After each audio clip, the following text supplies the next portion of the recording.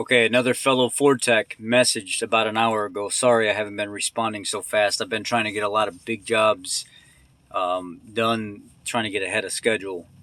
We have a couple guys off, and it's really put us behind. And with Monday being a holiday, we're not going to be at work, so everything's backed up. He just got done doing a 1.5 liter Ecoboost block. He says it just auto start, or the push the start button, you'll crank it to stop, or it'll start to crank, and after a few seconds it stops.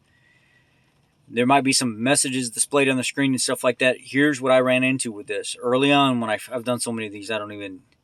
It's ridiculous. You'll There'll be several codes set if you don't check the ground wire. If you follow the valve cover back, there's little studs, and there's a ground wire that goes from that injector harness to the back, and it goes to one of those studs. One time I left it off, and it would just crank and crank and crank and crank, and I forgot to even put it down on that stud all the way. Luckily, I had the nut on the stud, and I was able to pull the nut off, go ahead and put that little wire back on, and then screw it down, tighten it up, fired right up.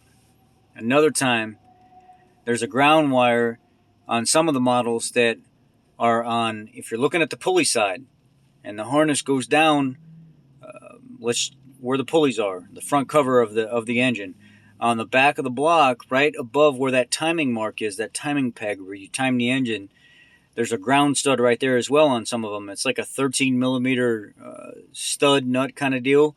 There's a ground that goes there as well. That's a huge ground for that wiring harness. Two other times I ran into intermittent no start issues with messages on the dash and everything else was because the two grounds, when you're standing at the front of the car, the escapes, the fusions, and you're looking where the airbox area is, over on the side where the metal wheel well is, there's two main ground studs that are there, two main ground wires.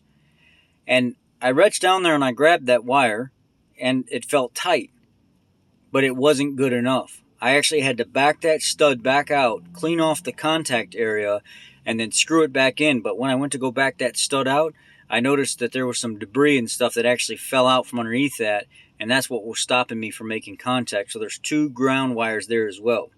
So if you do the 1.5 liter coolant intrusion TSB where you replace the block and everything, and you're having a hard time starting the vehicle afterwards, these are some main areas to check. Check the wires going from the starter up to your battery box. Check the wires going from the starter and your ground post cable over to the fender well on the driver's side out by the airbox. There's two studs, an 8 millimeter and I think it's a 10 millimeter. Check both of those ground studs. Also, check the fuel injector wire at the back of the valve cover that grounds out to the back of the stud, right where like the cylinder head temperature sensor. It's in that same area. It's like one stud over. If you're looking at the engine, you got your cylinder head temperature sensor right above your exhaust manifold, and then just to the left of that, if you're looking at it, there should be a ground stud there, or it's on the side of the motor around the back side. It goes into the block. Those are the main areas that after this job stop you from starting the vehicle whenever you get all those crazy error messages and stuff.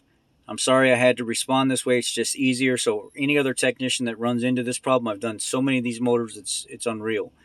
I'm always doing water pumps and resealing oil pans and stuff, and purge valves, and in these harnesses and stuff, when they rub on the throttle body, they rub through, and they have error messages as well that set all kinds of codes.